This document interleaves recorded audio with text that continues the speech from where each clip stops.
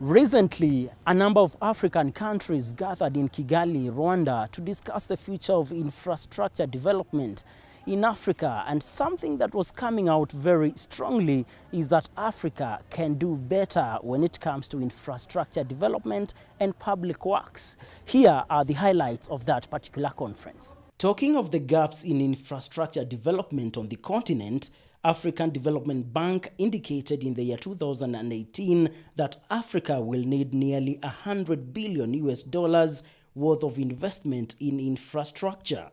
Now, less than half of this amount is available to date. As highlighted during the conference, most African countries are now borrowing money for infrastructural development from China. Kenya is one of those countries. In fact, Kenya ranked as the third most indebted country to China in Africa in the period between 2000 and 2017, according to China Africa Research Initiative data. Only Angola and Ethiopia, who owe China 4.28 trillion Kenya shillings and 1.37 trillion Kenya shillings in the period under the review, were ahead of Kenya. A trend that analysts say that respective countries ought to be careful about. The problem with China is specific. China, you get what you want from them. If you want an infrastructure, you get an infrastructure. If you want an easy money, you get an easy money. If you really want to transfer technology, you would get a transfer technology. Because I could tell you, across the continent, some countries like Nigeria, for example, they're using Chinese money very wisely.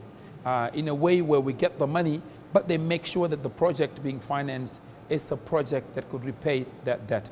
But most importantly, they make sure that the transfer technology is there. I think what we need to know is what do we want from China? Because China knows exactly what they need from us. The question is, what do we need from China? Number one. Number two is, I don't have a problem with us using Chinese money, but we have to be very smart in the way we're using it. Meaning, let's make sure that the project that we are financing, that's not a piece of infrastructure is the most important things, but let's look at how to repay that debt.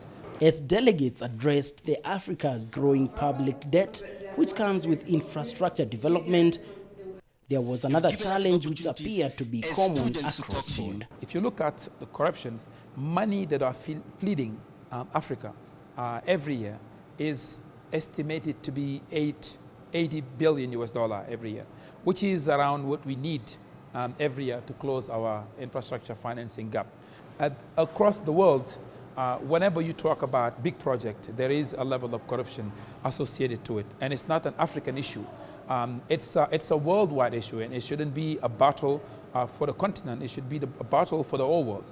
However, as I said to you, the link that I'm pretty much doing is if we fight corruption in Africa, at least that money fleeing the continent could have been utilized to finance our infrastructure need. And while corruption and lack of finances was cited as a key factor hindering infrastructural development in Africa, some had a different opinion. Those are some of the key things that must be addressed if infrastructure development in Africa has to go to the next level.